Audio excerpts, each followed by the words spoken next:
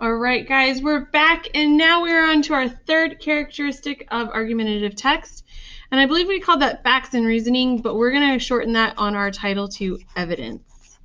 And our evidence is the facts that support our claim.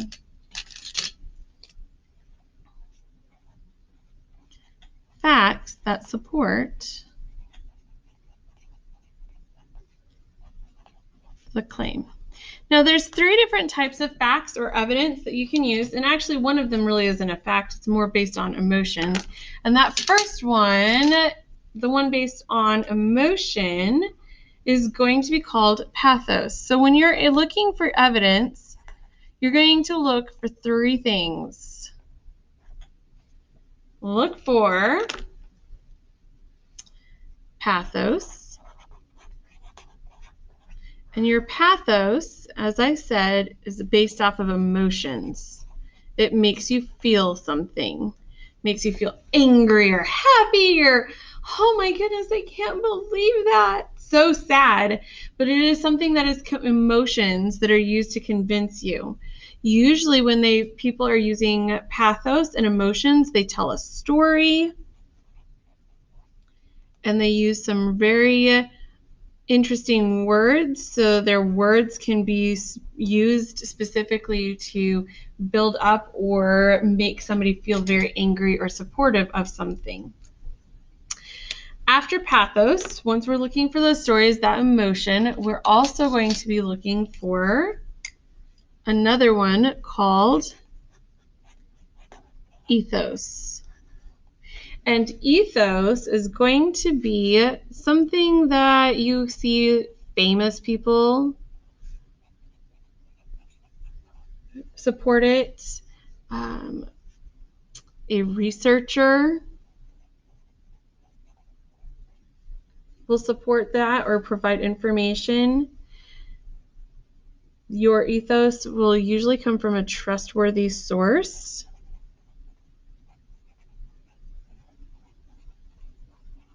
And there's usually a name attached. So-and-so said that this is what you were supposed to do. And that being that person, that makes you go, oh, that must be something that we should do. We should, definitely go and save the whales because Ariana Grande said that we should save the whales. That would be a famous person supporting it, which would make your ethos. I have no idea if Ariana Grande said that we should save the whales. I'm sure she probably would, but I've never heard her say it. I should just disclaim that. All right, and the third section is logos. And your logos is going to be your logic and your reasoning and your research. It just makes sense.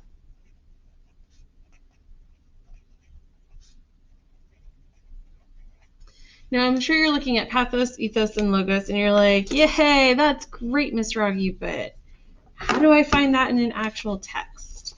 Well, I'm glad you asked, because we are going to talk about that in both of our articles, Don't Separate Us, and We Need a Nap. So we have different examples of each of these in both of these articles. If you need to pause in order to catch up with these, go ahead and do so. Otherwise, we are moving into Don't Separate Us.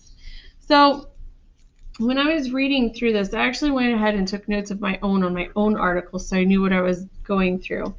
And one of those things some people say that separating girls and boys helps students learn, especially girls. This isn't something we talked about, but this is a counter argument. And so I'm just going to write counter argument. And when I say counter argument, I don't mean something that you go put your cups on. When I say counter argument, I mean that they have the different opinion. So this is not their claim. Their claim is that they should keep boys and girls in the same classroom. This is what people say, why people say they should separate boys and girls. And the reason I highlighted this is not because it's ethos, pathos, or logos, but because up here where we do have that, it references back to this. So they sat there and like, well, this is what people are saying why we should separate, but we don't think we should separate because. And so they're coming back and they're going against their argument. And as they're doing that, our first piece of evidence that we find is actually all the way over here, where it says that boys and girls have to learn how to get along with each other. Now, when I'm starting to think about boys and girls getting along with each other, I'm thinking, okay, is this ethos, pathos, logos? Which one is it going to be? Well, I know it's not ethos because there's nobody famous saying it. There's not a big source saying, oh, well, so-and-so, this rich and famous person said, or this scientist said this. And it's not based off of research, which means that this is pathos. It's a feeling. Boys and girls have to learn how to get along with each other. That's what she thinks. It's her story. They have to be able to learn how to talk to each other. Now, as you go through the article, these sentences right here actually go back and support her claim until we get down to the girls of room 302 speak up just as much when boys are around as when they aren't. This is another story. This isn't any famous person. This isn't any research. This is her story that she knows to be true because she has experienced it. So it's, again, another pathos. Then right after that, they have a nice little sentence that says, we took a poll of all the 4th and 5th grade girls that are in our school.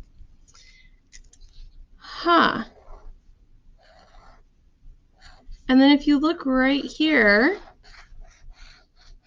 this is the poll that they took. This poll said that 73% were opposed. It's not a story, and there's no scientist backing it, but it does have research attached to it. So somebody went to the trouble of asking people. They researched, hey, what do you think? And so this would be our example of logos. Okay? If you need to pause so you can write this down in your own article, you are welcome to do so. Otherwise, we are moving on into the next article. We need a nap. And the reason I'm doing 2 different articles is because some of them, like Don't Separate Us, was very heavy in the pathos, and I wanted to make sure we had an example of ethos for you guys to see as well. So we had our claim that people are not getting enough sleep. And our first piece of text evidence that we have, or first piece of evidence for our claim, comes right down here. James B. Mass is a professor of psychology at Cornell University. He says studies of kids, so that just introduced who he was and why we should listen to him. He says studies of kids in kindergarten through 4th grade show that 85% are not getting enough sleep. So you have a really famous person, so that would be your ethos, who did a study, which is going to be your logos.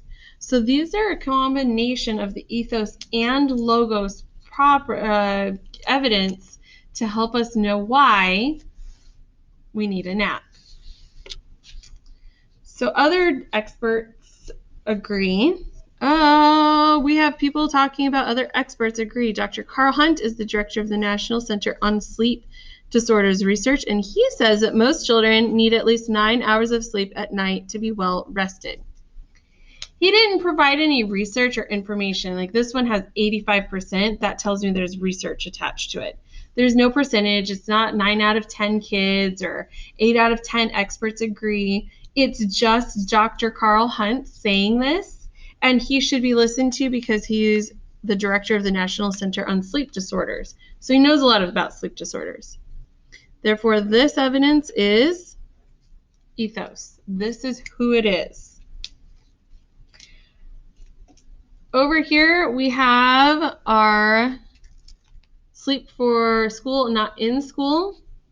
One recent study by a group of German scientists in Germany proved that kids who do not get enough sleep do much better. This is straight research. This is logic. This is information that they gave us.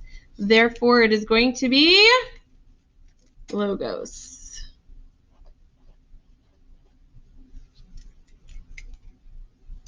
All right, and last but not least is right down here at the very bottom. Why don't we get enough sleep? A lot of kids have too many after-school activities. There's no research to prove that. They didn't do a study. They didn't ask or pull any information. They don't have any big name or scientist telling us this. Therefore, this information that a lot of kids have too many after-school activities, this is going to be pathos. It is a feeling, a story, something that they have perceived or they have seen to claim, to evidence, to support our claim. Okay. As always, please keep this in mind, or please make sure you hit pause if you need to in order to catch up on your notes and be ready to discuss this in your class next